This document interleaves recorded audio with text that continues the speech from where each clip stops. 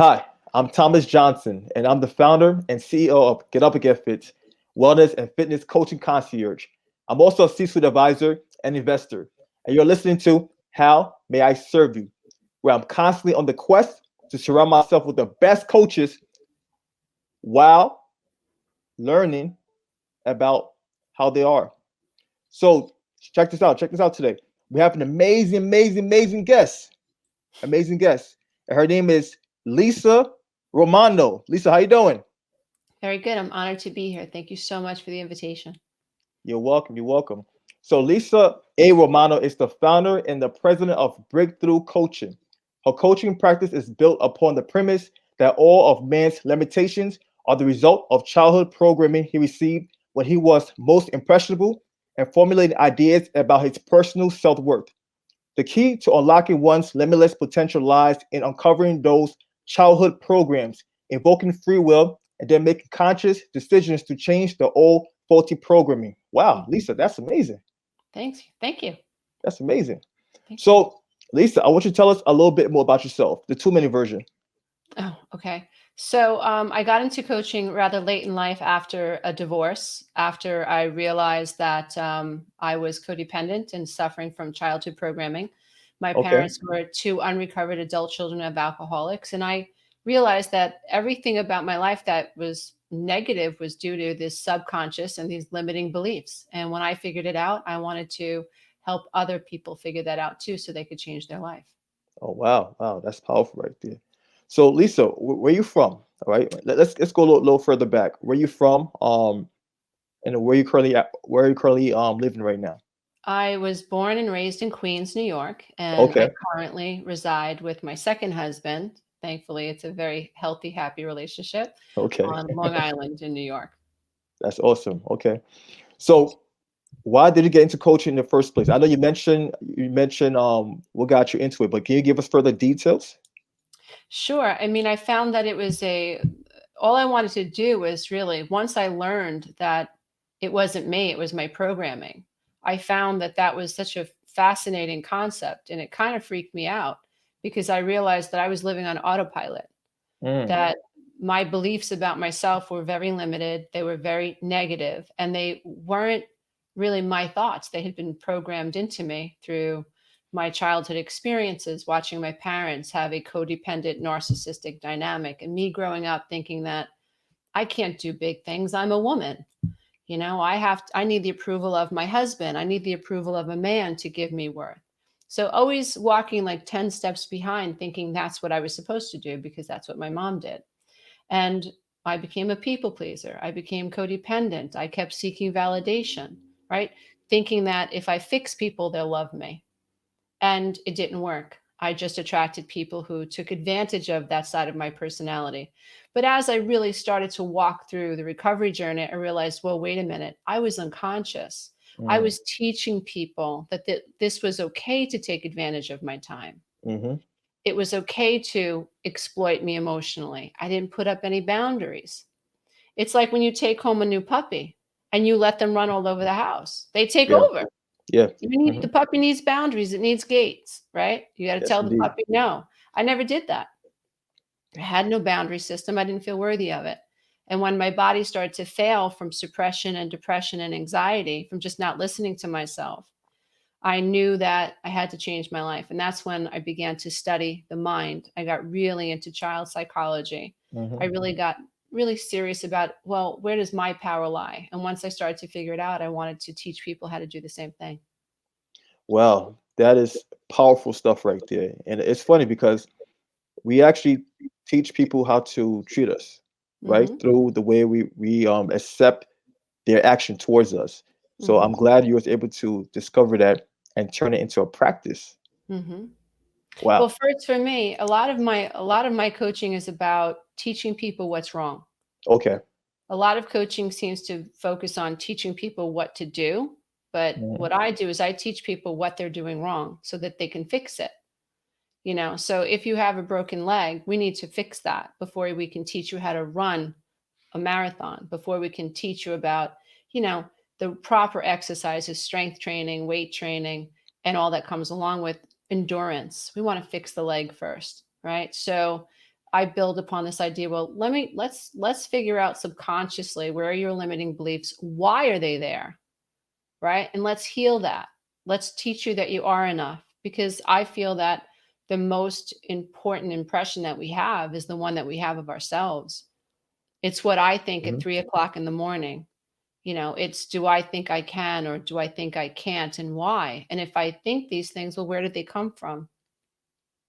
And are they Mm, really true? And if they're true, they're only true because I say they are, because someone taught me to believe that. And then I exactly. put that out into the world. So if I don't think I can, I don't even try. And then when I don't, I say, see, I can't. Mm, mm, It's not because I realized that, well, I didn't think I could, so I never tried. So I have found that coaching people without uncovering, well, let's figure out, do you really think that you can achieve that? And if you can't, let's figure out why. Let's figure out where all these thought processes come from.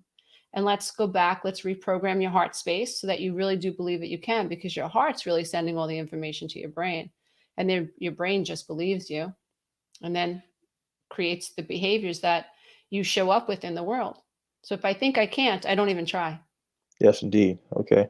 So it's basically assessing the self-limiting beliefs. Mhm.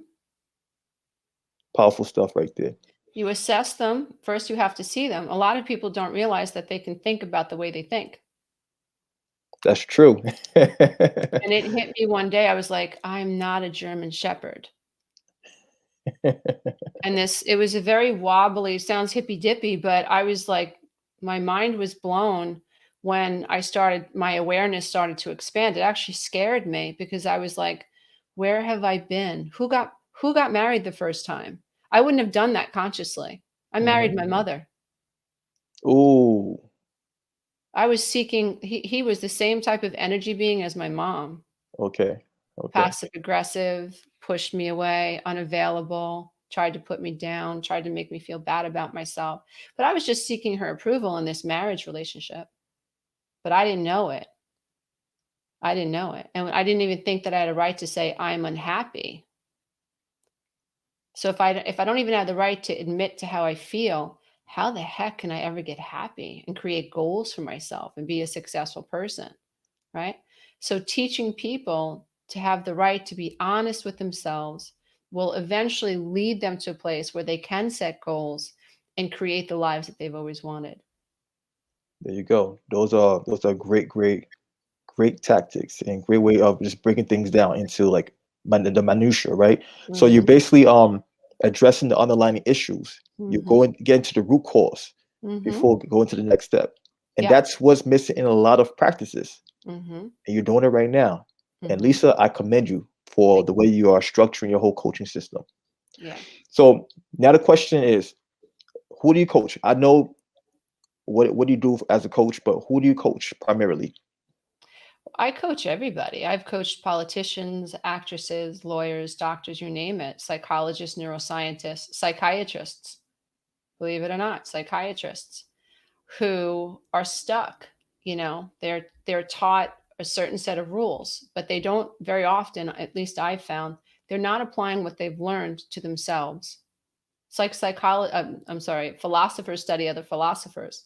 Hmm. And I worked with a philosopher once, and I said, have you ever stopped to really study yourself? Because the study of man is the study of all man. We all have the same needs, we all have the same fears, we all have the same wants. It's just a matter of understanding how to get to the core of us, where is expansion. We want to expand, we want to grow, we want to feel loved, we want to feel connected, we want to feel like we're good enough. And how do we get there? Well, before we can get there, we have to figure out what's blocking us from getting there, right? And so I coach people from all walks of life, but those who primarily find me are those who are aware that they've come from an alcoholic home, and they're adults and they're in the business world, and they just can't get through to the other side. They just keep finding themselves frustrated at work, or they can't get along with other coworkers. They're hypersensitive to criticism. They feel like they're not liked in an office situation, right? So they're negative thinkers lots of times, but they don't know why. But they have the Mm, desire to be more positive, and they're frustrated.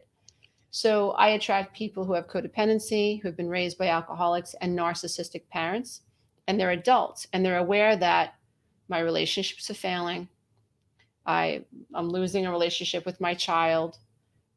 I just can't get happy. I have the education, I have the background, I know what I should be doing, but somehow I'm stuck. Got it. Got it. So, Lisa, how do you deal with those people who are in self-denial, right? Because I'm pretty sure you have dealt with few people like that. They're in self-denial. They don't want to take ownership Hmm. um, of the problems and for Hmm. the problems, right? How do you deal with these kind of people? Well, it's difficult because when you're in self denial, you have to be careful as a life coach, I think, especially in this type of a niche Hmm. where it's the healing industry, because you're attracting lots of times people who know that they're wounded, and they see you as someone who should be or could be able to help them. And sometimes they transfer many of their wounds onto you, like you should be able to help them. And when they get the idea that no, I'm just the guide, sometimes they can get angry. Like, no, no, no. You're supposed to be fixing me. No, no, no, no. I hold the flashlight. I'll even give you the Mm. roadmap. I'll stand next to you, but I'm not walking for you. What good would that do? These are your neurological programs that you have to confront. This is your neurological programming that has to shift. You don't shift if I'm doing everything for you and I'm just like powdering your butt. This is tough stuff. So it's difficult, but when you start to see that someone is maybe projecting onto you Yeah. or is getting angry when they pay you to hold them accountable, and then you do and they get nasty. Like, Hmm. these are the signs that someone's just not ready to really have deep dive and have that breakthrough. And at that point, it's time for a discussion where we know every life coach knows that this is a co creative experience. Hmm. And we just can't help people that aren't able to go to that place. And that's okay, because maybe they're just not ready for it. Maybe there's more therapy that has to be done, or maybe there's more self knowledge that has to be had. But I think it's important that we as life coaches understand our boundaries, because it's really easy for us to want to save someone Hmm. or want to fix someone, or hang in there maybe a little bit longer than we actually should. Yes, indeed. Yes, indeed. So, one thing I believe every coach needs a coach, right? Hmm. So, because you deal with a lot of trauma, Hmm. how do you I guess self-regulate and Hmm. detox yourself? Like, do you have certain practices that you follow? Are you kidding? That's my whole life. I wake up I know it sounds crazy, but I'm that crazy woman that wakes up at 3:30 every morning. Wow. Me and my dog come to my office. I light my candle. I do my meditation. I do Mm, my reading. I okay. do my journaling. I get into my heart space. I try to have compassion for everything and everyone. Seriously, I know it sounds hippy dippy, but it works. When you use heart-based emotions like Mm, appreciation, you mm, know, and you just start to melt the veil between you and the other. You feel connected to everyone. And then you're naturally resonating at a completely different vibration. And you have no time for negativity.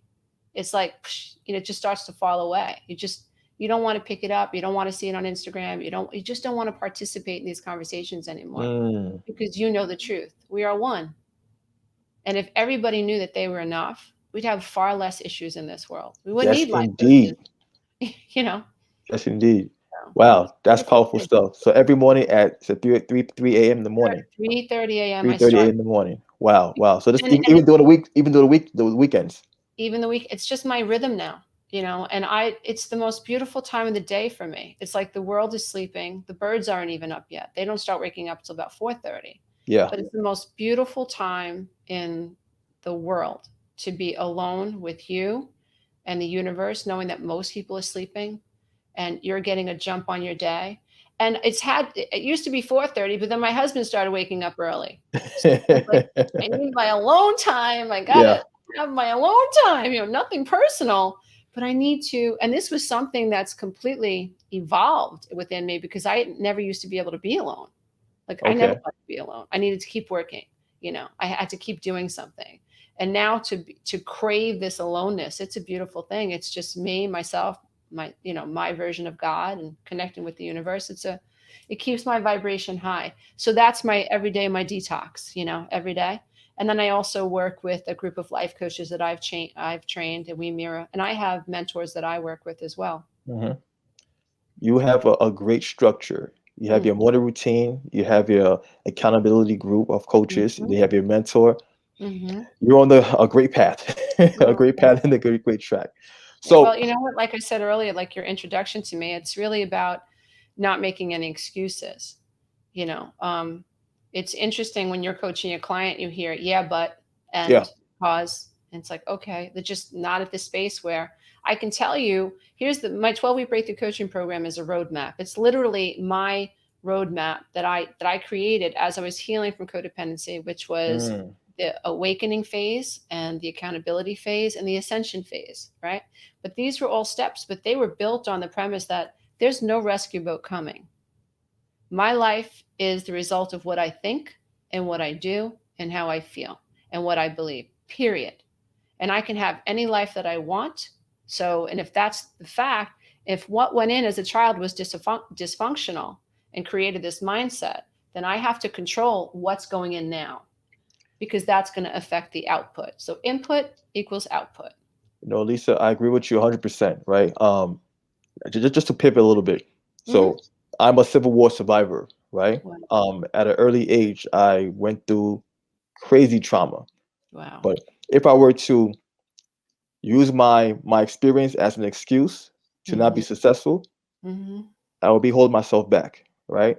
There's so many people who tend to rely on their experiences and confine themselves to those experiences. But Yeah. you have to overcome, and the way you overcome is by constantly feeding yourself, Right. constantly nourishing your body, your mind, That's um, right. experiencing new things. That's Right. right. That's why I always love to read. I have tons of Amen. books that I'm always reading, on a regular basis.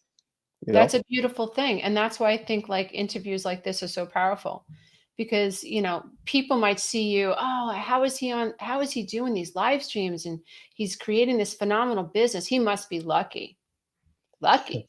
I don't believe in luck. Make it happen, right? So, but I think that's why it's so important to tell your story, the power of the story, right? So when people understand, well, where I was a single mother with 3 kids and no job, Wow. you know, and I was just asked to be part of a docu series, The Millionaire Within Her, which is it's a Jeff Hayes production. It's a Okay. serious production, right? But I was a single mom with 3 kids and no job. I quit college to get married and have kids because that's what I thought I was supposed to do. That's what my Hmm. mom did. I just unconsciously followed suit, right? Yeah. So it was hard. My marriage was devastating. I felt like I had a bullseye in the back of my head for 7 years.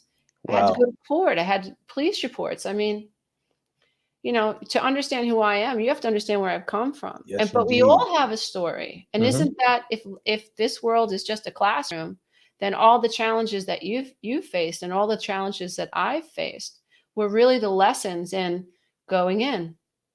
Look Yes. Yes. within. Hmm. In spite of what happened, keep going within. You're an extension of creator, right? That's what I believe. Of course. Of You're an course. extension of creator, right? I'm an extension of creator. So the stuff that we need to survive is there. We just have to tap into it. But if we're telling a negative story, Hmm. then that's what's going to show up because that's what you believe. And who's going to argue with you, right? You survived a civil war. Who's going to argue with you that you shouldn't feel sorry for yourself? Exactly. Exactly. And what he's saying right now is so true. It's so true because our thoughts and the words we say, our self talk, right? Our conversation we have with ourselves is so important. By saying Everything. I am, every time you say I am, you are confirming that you are those specific words.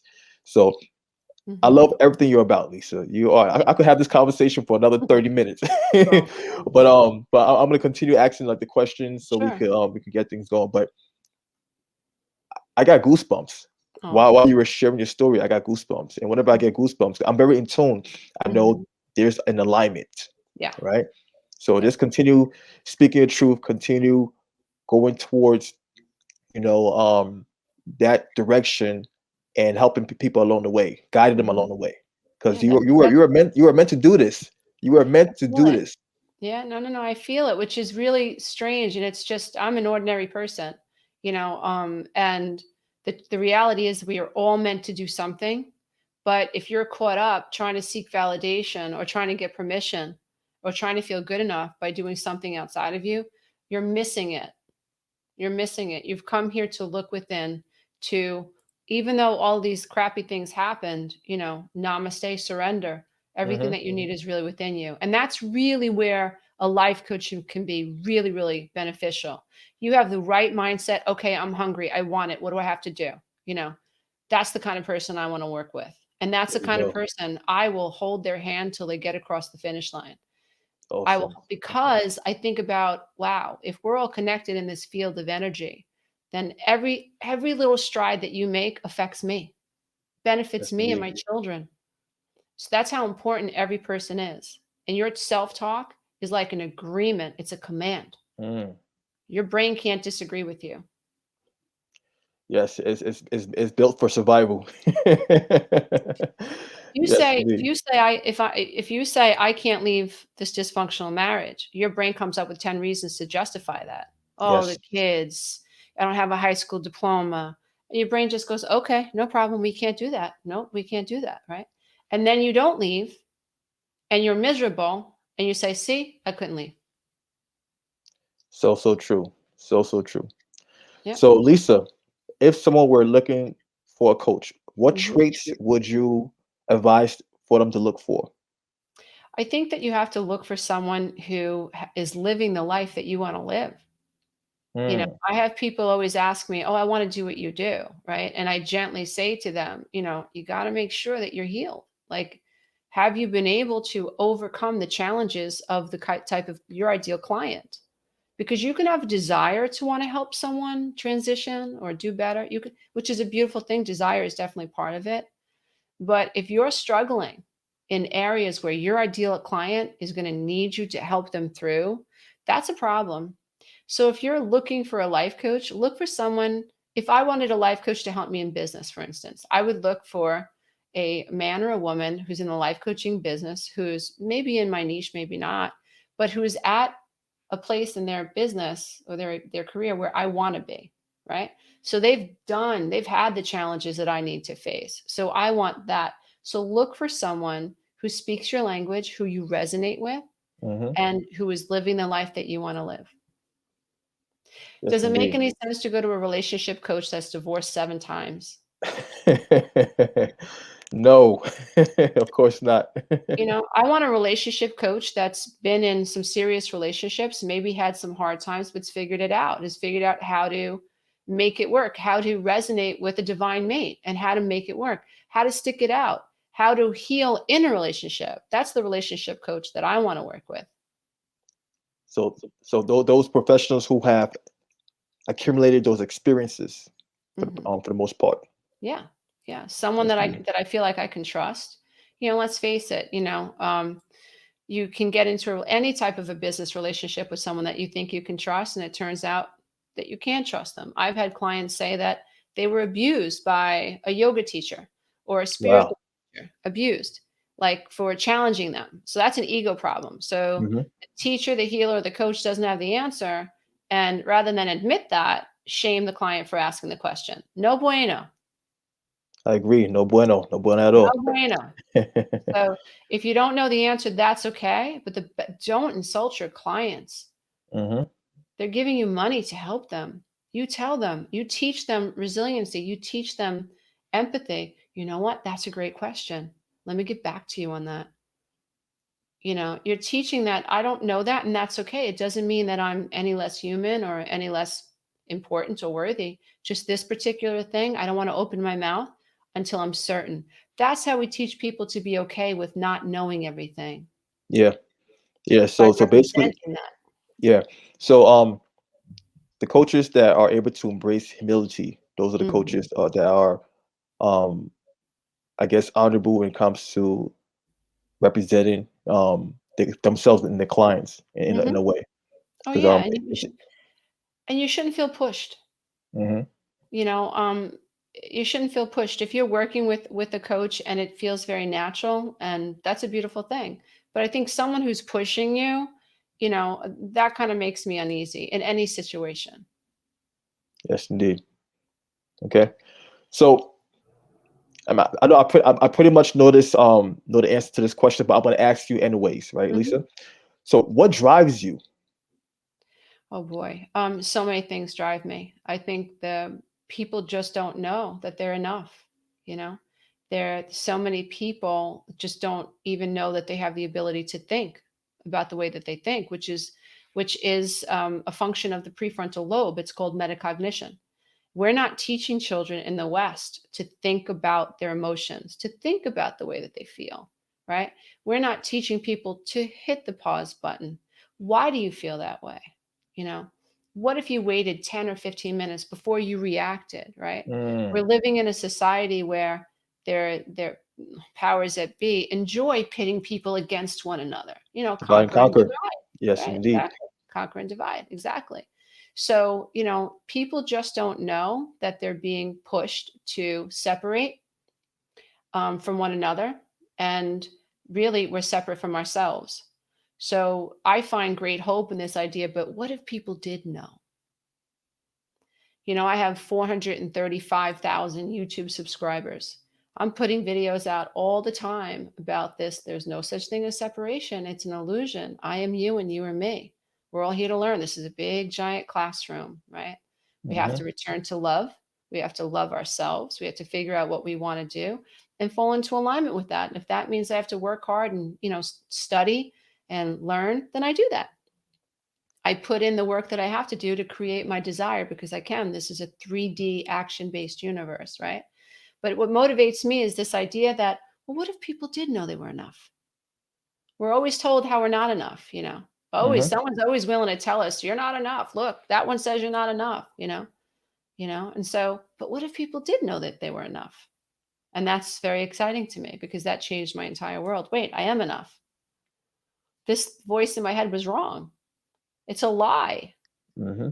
That's amazing. What if my children knew that they were enough, no matter what, even if they made mistakes? So what? You're enough. You're enough. You're enough. That excites me. Wow. Wow. It's exciting, right? It is. It is. You are on point. Yeah, I'm It's a like big speechless task. right now. Normally, I'm Aw, not speechless, but aw. you are making me speechless right now because you are dropping the mic, Mm. literally. Wow. So, are you currently working on any new projects? And if you are, can you share any details with us? Sure. Well, during COVID, what I did was I ended up slashing the prices of all of most of my online products, Okay. in consideration of people being at home, wanting to work at home. And that was a great step in the right direction because it helped a lot of people. But it also gave me some time to start working on a coaching program to certify coaches with Okay. my modality. So that's what I'm currently working on, pulling that together. That sounds amazing right there. Okay. So, what kind of people are you looking to work with to in terms of transforming them into coaches, right? Yeah. What's the personality? Because I have to ask this question, especially Mhm. because with what you do is very unique, and I Mhm. know it takes a certain type of individual to become the type of coach that you are right now. So, Mhm. what's the personality type? Well, I have a Facebook group of about 17,000 members. I have 8 moderators running the group right now, and Okay. they just happen to be women, who want to help people understand, like what I just said, like it's not you, it's your programming, right? So this is usually the best type of a coach that I would like to work with is someone who's been through the program, my coaching program, who Hmm. understands my modality and who has successfully completed the class, and they know what it is, they know what it takes to change the rhetoric, to change my a big part of my group is meditations. So reprogramming the subconscious mind, going right into the heart space of the wounded inner child, meeting them right where they are at a theta brainwave state and teaching them you're enough. This should have never happened. You're okay. Better days are coming. So somebody who's actually taken my class, who's had some negative things happen in their life, and they've made it through the other side. Somebody who is humble, somebody whose ego is not invested, Mm. right? Somebody who knows that their job is not to fix, their job is to guide, right? And you have to have a burning desire to want to help change the world in this way with this information. You can't do it for money. Got it. You can't do it Okay. for money. Although you'll make So money because as you raise your frequency, people just want to work with you more. So there you go. The law of reciprocity, right? that's You right. give, it comes back to you threefold. Hmm. If someone were looking to inquire about your services or just want to connect with you, where can they find you, Lisa? Well, I'm on Instagram, YouTube, Pinterest, but you can go to my website at www.lisaaromano.com and just hit the subscribe button, the contact information, and subscribe to the newsletter or shoot us an email. Awesome. Lisa, it has been a pleasure, right? And I'm going to do my best to spread this word as far as I can. So, last but not least, Lisa, how may I serve you? Hmm. I think everywhere you can, try to spread the message that, you are enough. And that if you think like the old adage, if you think you can, you can. If you think you can't, you won't. But it's not that you can't, it's because you don't think that you can. And just it's about hope, because people who are desperate and people who are in really bad situations, they have lost hope. So be the hope. Just keep telling your story. Your story is amazing. You've been through so much, and look at you now, right? So you represent the hope and fanning that flame within yourself, and just teaching other people that if I can do it, you can do it too. Whew. Yes, indeed. Lisa, you are amazing. Continue to walk your journey, and Yep. I'm here whenever you need me. Feel free to reach out. Oh, thank you so much. It's been great. Namaste. Thank you so much. You are Namaste. enough. Bye. Thank you. Bye, everyone. Take Bye. care. Bye.